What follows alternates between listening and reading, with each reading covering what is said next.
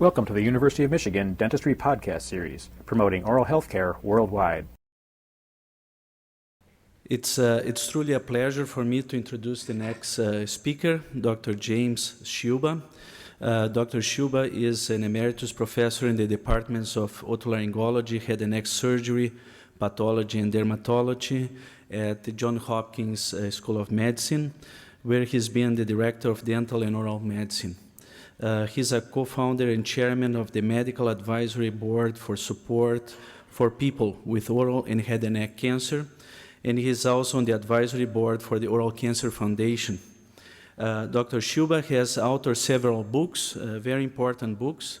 They include the Oral Pathology, Clinical Pathology Correlations, Atlas of Oral and Maxillofacial Pathology, and Meeting the Challenges of Oral and Head and Neck Cancer, a Survivor's Guide. He has also published over 200 scientific papers, chapters, and abstracts. Dr. Sciubba clearly has extensive expertise in the diagnosis and treatment of oral and salivary diseases, and he's clearly a world authority in these areas. Dr. Sciubba will discuss here with us current thinking and developments on the clinical pathology of oral cancer. So please let's welcome Dr. Sciubba.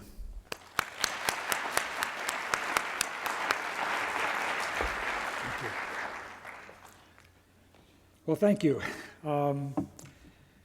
This is quite an undertaking for me. Last time I was on the stage, I was singing Adeste Fidelis in my second grade class, so in speaking, first of all, thank you for the invitation, Dr. Hellman, Dr. Polverini, et al. Peter, it's good to listen to your presentation. So we're going to go from a marathon of lots of facts in molecular biology to kind of a sprint through a very simple approach to what I call Socrates meets PBL. Now, Socrates didn't know what PBL was, but I think maybe he did in some ways. The Socratic method. So, I'm going to pattern this just the way I do when I'm with a small group of residents, not with hundreds of people, with maybe 15, 20 residents that I know well. And Dr. Hellman and I and many others use the term, if you'll forgive me, we pimp the residents.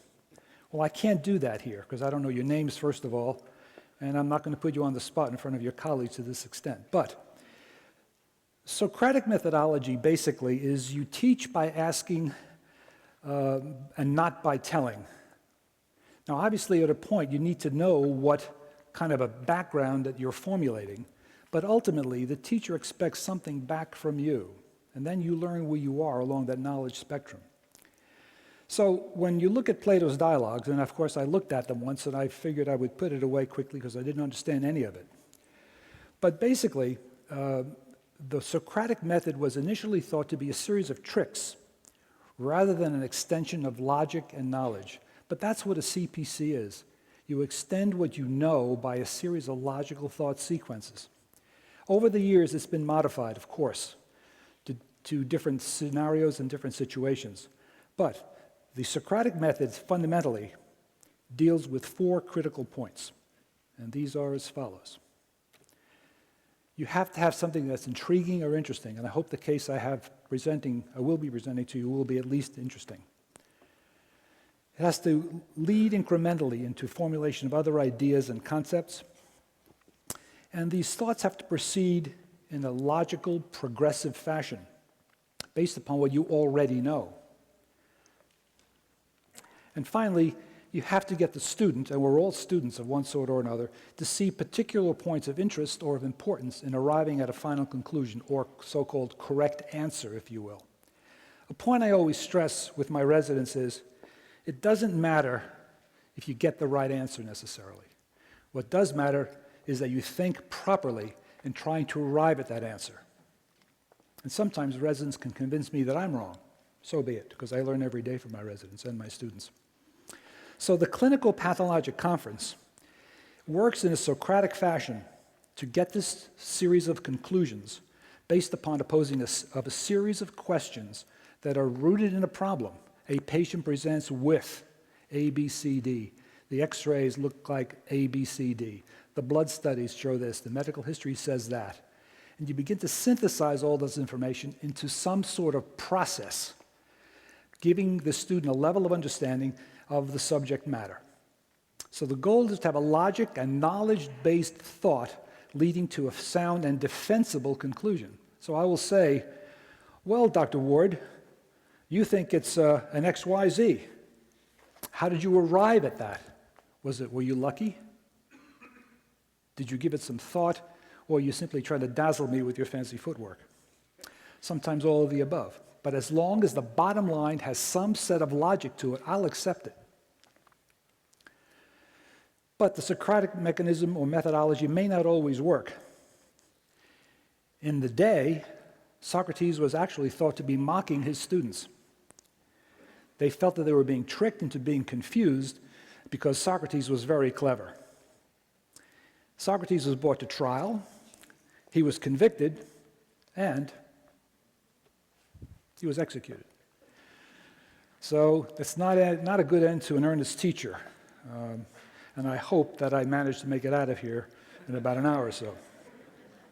So this is a real case of a patient I'm actually seeing as we speak. Dr. Hellman and I at lunch discussed this very case and where we might go. So Mr. Dale R. is a 68-year-old man who was sent to me by his general dentist. He has a slowly developing asymptomatic alteration of the anterior attached gingiva of the maxilla. His past medical and dental history includes hypertension. He's got bilateral sensory neural hearing loss. He does wear hearing aids, or at least he has hearing aids. Don't know if he wears them or not. His wife complains bitterly about that. He has periodontal disease that's generalized, and he's had numerous extractions over the years. His current meds include atenolol and hydrochlorothiazide that manages hypertension very well. And this is what he looked like early on. He has periodontal disease. His anterior incisors are quite mobile, in particular this fellow right here, tooth number 9. His gingiva is bulbous. He's got diffuse inflammatory disease. He's got deep pockets. He's got classical periodontal disease.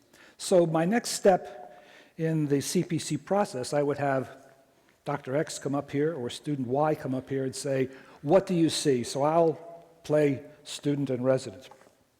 I thought he was going to come and play resident. They'll say, well, Dr. Sciubba, I see a man who needs dental treatment and periodontal treatment. I see teeth that are widely spaced anteriorly. His gingiva is bulky and bulbous. Does he have deep periodontal pockets? And I would say yes, he's got 6 and 7s interproximally. Does he have mobility of these teeth? Yes, they're +2 mobile at least sporadically throughout. He has lost several posterior teeth. He's got a bit of posterior bite collapse, perhaps. And importantly, and to the point, the student will say to me, oh yes, his gingiva in the anterior maxilla from the distal aspect of tooth number 6 through the distal aspect of tooth number 9 looks white. It looks like it's hyperkeratotic. Fair enough. And I'll say to him, what would lead you to believe that that's keratin? He says, well, could you rub it off? No, can't rub it off. Does it look like a traumatic lesion? No. Does it look like lichen planus? No. Does it look like a burn? No. Well, maybe you can't define this. So what have you just done? You defined what term? Leukoplakia, precisely. So now we say this person seems to have a focally disposed form of gingival leukoplakia. Lesson number 1. We took a palatal view, and this change extends interproximally to involve at least the anterior palatal gingiva. Maybe some traumatic ulcers here, perhaps, or at least ulceration. So this is how he was on day 1. And this is how he was many weeks later, after that tooth was extracted, tooth number 9 was extracted. And we see some other changes. So a resident comes up, by kind invitation, of course, and is asked to describe what is now present. Well, the student will say, or the resident will say, well, what we saw before is a little bit different. The level of whiteness, if you will, or keratotic alteration is thicker. The periodontal disease hasn't gone away. At least on one tooth, maybe it did.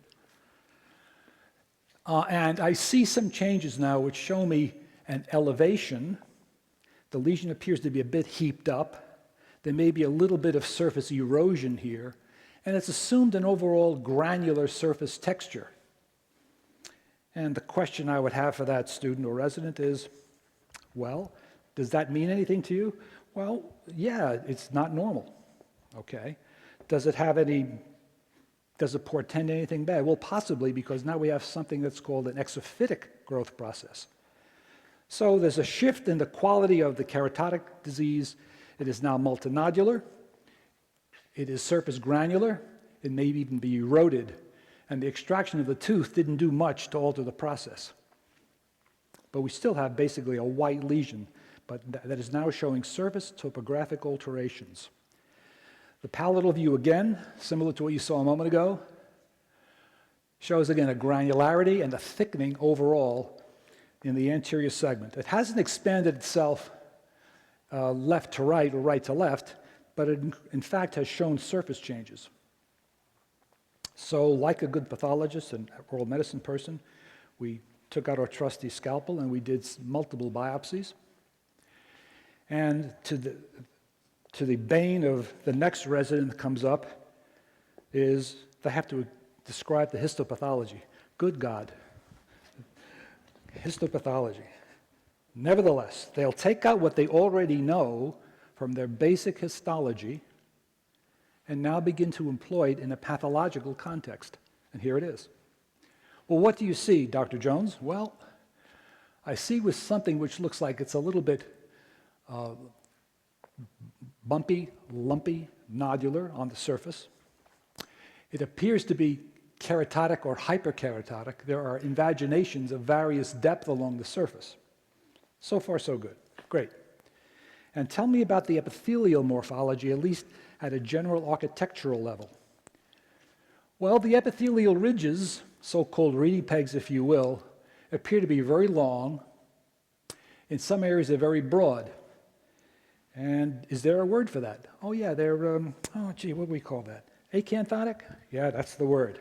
Okay, so they've taken out a word from their distant past, pulled it out, and presented it, and they're right. There's an acanthotic, hyperplastic, stratified squamous epithelium that is hyperkeratotic. Well, what else do you see? What about the lamina propria, the area immediately beneath the basement membrane? Well, the lamina propria appears to be densely blue. It's infiltrated by what? Inflammatory cells, that person would say. Fair enough. And I will tell you, I'll give you some information, those inflammatory cells are predominantly lymphocytic.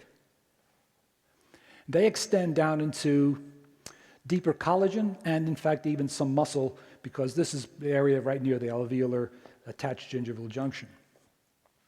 So that's pretty impressive to me and to the resident as well. A closer view, same slide, same cut. You see broadly based, a widened or broadened mid-stratum of epithelium. The basal layer here is well defined. The stratum spinosum shows a nice level of maturation from basal to suprabasal through prickle layer all the way up to the top of the screen. Basically a normal level of differentiation. The resident appreciated all of that. So my question to the resident might be, well, do you see any signs here which worry you in terms of behavioral characteristics? No, not really. Agreed. Elsewhere in the same specimen, however, there's a different sort of view here. The epithelial ridges get to be a little bit more pointed, they're very much more elongated, and some of these ridges cut in cross-section elsewhere begin to assume little droplet configurations, pyramidal shapes, and again, a very brisk inflammatory lymphocytic type response. Now, the resident might not have said it that briskly and quickly, but words to that effect. And if they don't say that, I'll encourage them to say just that, the Socratic methodology, again, pulling out what they already know. There is a little bit of basilar hyperchromaticity here, or basophilia. Blood vessels, calm down, Peter. Lots of blood vessels. And pointy epithelial ridges. Again, individual cell keratinization, another warning sign. Oral pathologists, we get all excited when we see individual cell keratinization. get home at night, "Hi, honey, I saw individual cell keratinization today. It was the highlight of my day." And she'll say to me, "Get a job." Well, that's what we have here, though, isn't it? These cells are keratinizing way too early in their differentiational sequence, aren't they? So we know that there's some level of disturbed growth, accelerated levels of differentiation. And we see these scattered inflammatory cells. Another thing that we saw in the low power view, I direct the resident toward this sort of thing up here. Well, what do you see? Well, I see this deeply eosinophilic magenta-colored material, and this is parakeratin. Now, these parakeratin cores don't belong there. They belong up on top. But here they are extending deeper into the epithelial ridges. And again, we see these individually keratinizing cells. But we see a fairly well-defined epithelial connective tissue interface. The basal cells appear to be behaving themselves. The nuclei are of normal shape, size. The nucleoli perhaps are a little bit prominent. So be it. However, you look elsewhere and certain things begin to happen here. The basal, parabasal regions are much more basophilic. The nuclei are larger. They take up much more stain than they should. You may see an occasional mitotic figure or a post-mitotic figure. There's one right there. And again, these individual cells are keratinizing. So we have this dialogue back and forth as to what the cellular alterations are as well as what the tissue alterations are. And you've got to put that together. And perhaps the most significant part of the slide or the specimen from the first biopsy was this sort of thing. And clearly, everyone in the audience, I think, can see that this is not normal. This is distinctly different than everything you've seen thus far, yet is still part of that whole picture, an important part, but small part. Here you see very large cells, hyperchromaticity, and a drop-shaped epithelial ridge, which I always look for with a kind of a constricted isthmus or neck. And the resident goes on to describe again these hyperkeratinized, individually keratinized cells. But these cells do not extend quite to the surface, and they do not drop off into the lamina propria. So everything, all of these changes are confined within the epithelium. Further along, this process goes on. And this is, well, let's have the dialogue. So I'll play both the resident and the teacher at this point. I will say to another resident that I pulled out, now this is the last micrograph I'm going to show you. Are you happy with this? Well, no, I'm not. Well, why not? Well, because everything you showed me until the last two slides has shown basal cells which are nice and orderly. Yeah, we saw some individual cells which are keratinizing prematurely, which we learned is bad, or at least not good. But now, we see very little resemblance to a normal stratification pattern. We see lots and lots of keratinizing cells everywhere, even adjacent to the basal layer. We see mitotic figures, and several of them scattered about, and an intact basement membrane zone. I would say, well, that's a pretty good description. You should be an oral pathologist. So we summarize, therefore, our findings. When I look at a specimen, especially epithelium, you look at architecture first. One of my mentors, you'd always say, low power lens, high power intelligence, or high power view. And this is what you do. You start out from the brick before you make the wall. We saw architectural atypia. We saw areas where the epithelial ridges were broad and flattened in some areas. The basal junctional profile, instead of being nice and undulating, were blunted. We saw spiked epithelial columns elsewhere, looked almost psoriasiform. And we saw these cores of parakeratin extending themselves deeply into each ridge of the spinous layer. And then you can switch to the objectives on your microscope and begin looking at cells. So we saw cellular atypia as well. And the cellular atypia in this case related to very bland alterations, which were not concerning at all, to those which showed severe cytological behavior and patterning. And that's the kind you discuss at your supper table with your lady friend or male friend, and that's when they say, get a life. But nevertheless, you saw dyskeratosis, we saw increased mitoses, We saw abnormal mitoses. We saw expansion of intercellular spaces. We saw increased nucleocytoplasmic ratios and pleomorphisms. Those are the elements, in this case, of cellular atypia. So you marry the architectural and cellular changes, and you come up with an answer, basically. You come up with a clinical answer and a pathological answer. So going back in your mind to the first few slides, you saw things which were proliferative. They were warty, or verrucous, as the adjective would go, and they were white, and you couldn't rub it off. So the clinical diagnosis might be proliferative verrucous leukoplakia. But more importantly, and from a behavioral standpoint, we saw focally severe epithelial dysplasia within a papillary growth configuration. But we did not see invasion, we made a point of this, invasion beyond the basement membrane zone. So all of the bad biology was above that basal layer. Of course, very important, isn't it? So, this is indeed proliferative verrucous leukoplakia. So before you start yawning and say, oh God, another case of leukoplakia, hold off for a minute. Because this is not your garden variety leukoplakia. Dr. Lou Hansen, a wonderful man, a good oral pathologist, career Navy officer, and then went to California, went to UCSF, I think it was. In fact, I know it was. He worked with Bud Silverman for many years, and he and Bud and others defined what proliferative verrucous leukoplakia was in 1985. They said, yeah, this is a form of leukoplakia, but it's difficult to define, and we know it's different. It's just different than the leukoplakias that we know, the garden variety things. It remains enigmatic. It remains difficult to define. So from this point forward, the CPC is going to be over, and we talk a little bit about this entity as it relates to cancer on one hand, and how it relates to treatment on the other. And Dr. Ward will discuss treatment in a broad sense, including this particular problem as well. If you look at the literature of PVL over the years, there is still no unanimity as to how to manage it, where it comes from, how it starts, how it progresses, where it goes, but we do know it's not typical. What is proliferative? Well, something that grows, I guess. It multiplies, I guess. That's a good way of saying it. It is verrucous or wart-like, but this is not a wart. It is not a verruca vulgaris. Okay?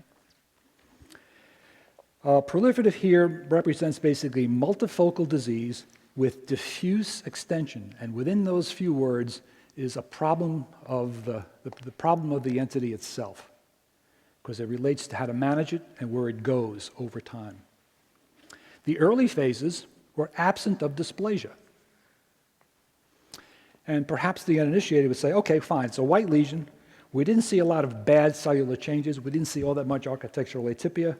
Mr. R, you can go home. I'll see you in 6 months. Or a year at your next routine dental visit. Go do that. Because what is the rule here is that recurrence is, in fact, the name of the game. It is the rule. Years ago, when I was growing up in pathology, we used to use the term oral florid papillomatosis, and it kind of says it. Of course, we know where it's occurring. It's in the oral cavity. Florid means it's growing everywhere. It's very obvious. And there are lots of little papillary lesions, or lots of little, quotes, papillomas. They're all clustered and tightly aggregated. But the PVL, as a biological entity, has many different forms initially, and I'll show you some of that. They tend to be initially very flat, well-described, well-defined, and solitary. They're easy to see in some areas and very subtle at their periphery.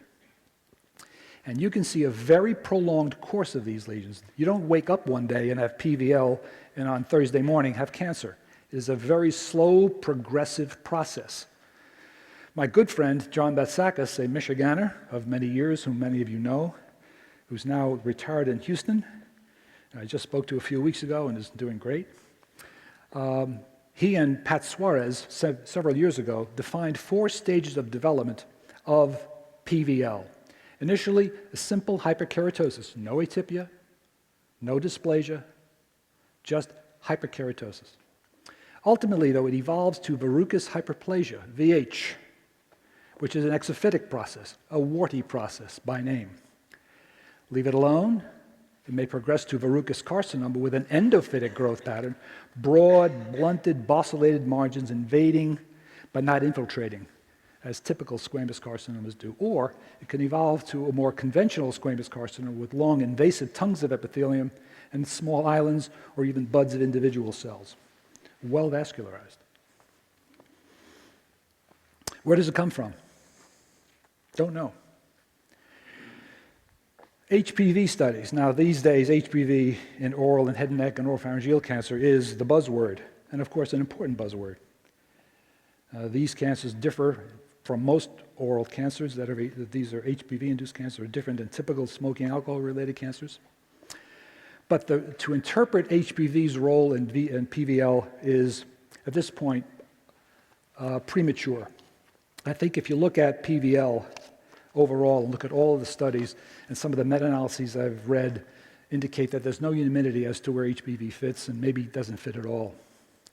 If you look at genetic studies, there are a few regulatory genes which are altered, P16 and P14, and maybe some ploidy changes within the DNA sequences.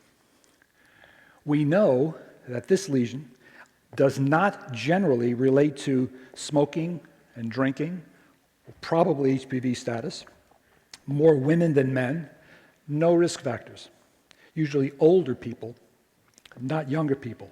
But they'll have a long history of preceding oral leukoplakia, maybe in that thin, flat, early phase. And as I say, older people. Well, 62 we know is not very old, is it? The most common site is the attached gingiva, uniformly so, regardless of which study you read and for where it was done. Attached gingiva dominates site, but of course not the only site. We don't know about HPV, we'll leave that alone, and we know that the proliferative effect is related to a high degree of field cancerization, defined by Slaughter at my alma mater, University of Illinois, now the Big Ten component, or opponent, back in the 50s, meaning that you can maybe get a cancer here, and maybe here, and maybe here, different sites not physically located, but they all may be the same type of cancer, field effect. So there may be a field effect phenomenon going on here, maybe more so than most other types of oral cancer. The rate of malignant transformation, and here's the nub of it all.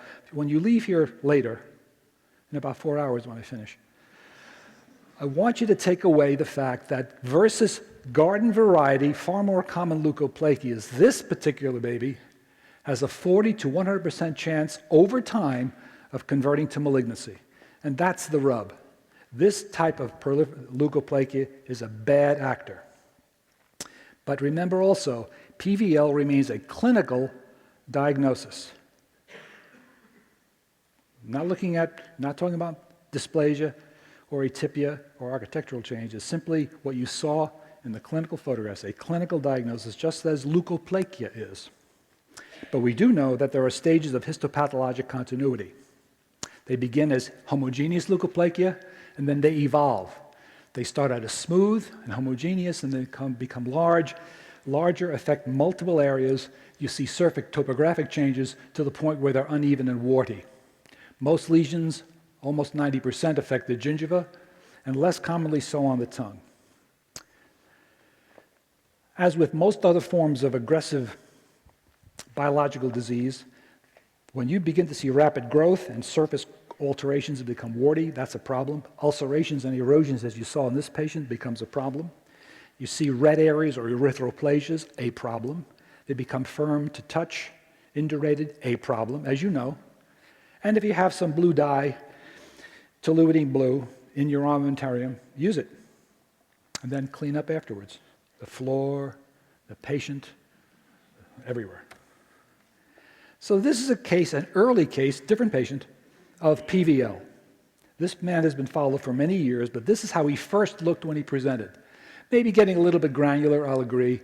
You got a break here, another area here. This went around to the other side, but this is not as impressive, perhaps, as Mr. R was on his first visit with me. This is a patient of mine from my Johns Hopkins practice, actually. This lady also has PVL. This lady has multiple lesions. Maxilla, right here, buccal and lingual, along the alveolar crest, She had posterior retromolar trigone lesions, and she had opposite side lesions in the other retromolar trigone.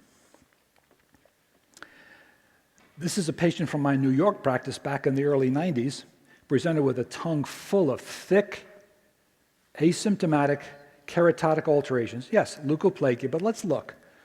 You can see some granular changes here. You see erythroplasia here and there, thickened, warty tissue, very irregular tissue boundaries. Another case. And another case still. I want to talk about warty. That's as warty as it gets. So I've shown you 3 tongue tongue lesions in a row.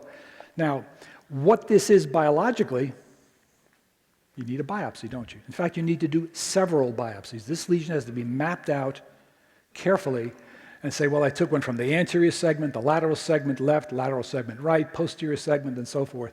Map it out, get it to the lab, and then you see by multiple samples what this is biologically. So the histological development is a continuum. Verrucous hyperplasia, in my mind, and I know you get 10 oral pathologists in a room, you get 15 opinions. That's how we are. We're a fractious lot, to be sure, but we ask penetrating questions. Verrucous hyperplasia, in my mind, and I think John Batsakis feels the same way, and many others do, verrucous hyperplasia within this context is almost always a precursor to early verrucous carcinoma, in my experience and in my opinion. You can, however, over time, develop variable degrees of dysplasia. We can see evolution to garden variety carcinomas, squamous carcinoma, or verrucous carcinoma, or papillary squamous carcinoma. This was the paper by John Batsakis and Pat Suarez back in 1999. This is another very good paper in oral oncology. Now, we look at this and you'll say, well, what is this? This is kind of similar to what I showed you as the first histology. A nice biopsy. The areas of concern, of course, are right here. And this does look a little bit like a wart might look in the typical cutaneous location. You see a hyperkeratotic central point. You see a deep keratotic component involving the superficial part of that epithelial ridge. You see blunted margins. But again, here, the epithelial ridges become more thin and a little bit more spiky. Look at the dense but uniform inflammatory infiltrate around this. And you don't see it here, and you don't see it much here and beyond, of course, but you see it right along that altered epithelium. Is this verrucous carcinoma? Well, it was PVL clinically, but in my mind, that's early verrucous carcinoma. Well-differentiated cells, typical of verrucous carcinoma. Here, on the other hand, in another case, you see changes much more typical of early invasive, so-called garden variety, squamous carcinoma. You see keratotic pearls, individual islands of cells, a great deal of disorganization. So you have cytological and architectural atypia here, and there. Classical squamous or keratotic pearls. You see peripherally altered cells which are hyperchromatic, enlarged. I don't see any mitoses in here, but we don't need to see those. A small nerve twig surrounded by tumor, not necessarily perineural infiltration. This again is a nerve twig that's got a fairly defined perineurium that I do not see being infiltrated within this cut. But this is an aggressive squamous carcinoma. Now, somewhere along the lines of what Dr. Polverini was talking about before is pathways, and he showed very elegantly lots of different pathways that affect angiogenesis and blood vessel growth. A fellow I know, actually is a patient of mine, from NIH, is a researcher and he's an otolaryngologist. He has spent his whole career studying this pathway right here, P53. He eats, lives, sleeps P53. Terrific. But the problem is, as with angiogenesis, it's not a pathway. It's many pathways that affect the biology of one particular cell system. So, borrowed this slide from Joe Califano, and he is basically saying, look, there is a network here, not one single element that drives these cells and these tissues to aberrant behavior. So you may be successful in killing off the P53 pathway, but what about the c-MYC pathway? What about the SMAD pathways? And if you follow these along, they're all interconnected one way or another. So think Pathways, yes, but you got to think network as really being the Rosetta Stone of neoplasia and neoplastic differentiation or dedifferentiation. We know that these particular alterations, these aberrations, are very common in PVL. They occur in 45% of cases versus 15% in those dysplasias that do not have PVL characteristics. So these are two pathways or two markers that can be important. So keep that in mind. Do these changes affect disease progression, treatment, and prognosis? Don't know yet, but they're fairly consistent in the majority of PVL cases. HPV, Campisi's work recently published, or at least 5-7 years ago, showed no differential role in the development of PVL versus non-PVL related oral leukoplakia.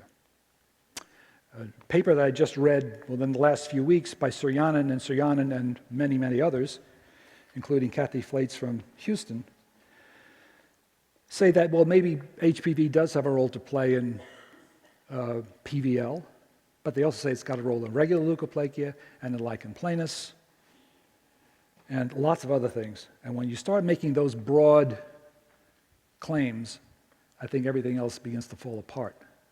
It cannot be the end all, to my mind. So, we've defined maybe a bit more than you want what PVL is histologically, clinically, biologically. How do you manage it? Well, we don't know how to manage it. There are no randomized controlled studies. Most of the data that we have is looking back from large series retrospectively, if you will, and case reports, and no reliable, effective management has yet to be reported. Can you cure this? Yeah, in some cases maybe you can. Consider yourself lucky if you do, because most lesions recur after treatment. You can use laser, 83% recurrence rate, not too good. Laser and or scalpel, no difference, high recurrence rates. Photodynamic therapy using various chemicals, a little bit better result perhaps. This is an emerging technology still in this country. The Israelis and Europeans are way ahead of us in PDT technology, but there are a few groups in the US that are studying this now avidly, and I'm very impressed with some of the results they're showing for routine cancer as well as certain precancers. An immunomodulator known as methoxyprenol may have some role along with surgery, yet to be determined how effective that might be. There's only one study that I know that uses this. In summary, proliferative verrucous leukoplakia has an unknown etiology.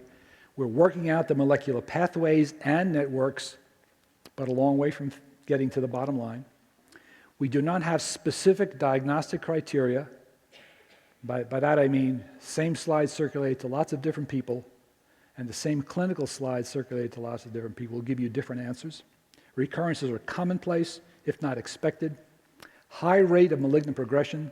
The study by Silverman and others several years ago in cancer showed a 70% progression if you follow these folks out over 7 years.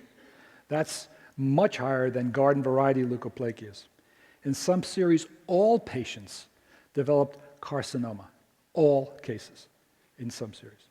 And there's no specific treatment modality that's going to be successful. The final points, in spite of the initial appearance, your own biases, the presence or absence of dysplasia, PVL will often progress to verrucous or squamous carcinoma.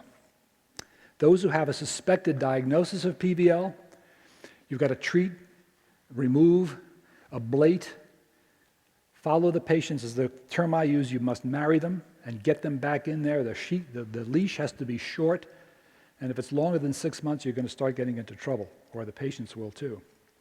We don't know how effective treatment's going to be, but you still have to go and treat these folks. You cannot observe this condition.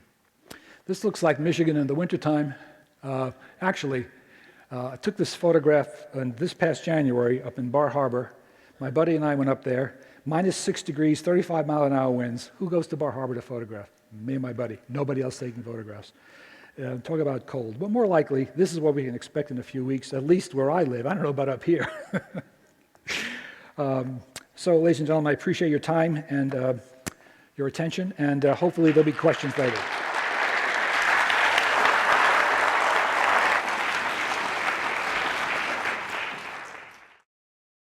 You've been listening to a presentation from the University of Michigan School of Dentistry, which is dedicated to supporting open learning and open educational resources. This recording is licensed under the Creative Commons. It may be reused and redistributed for nonprofit use. Please attribute materials to the University of Michigan School of Dentistry and redistribute under this same license. For more information on how this and other University of Michigan School of Dentistry recordings may be used, visit www.dent.umich.edu/license.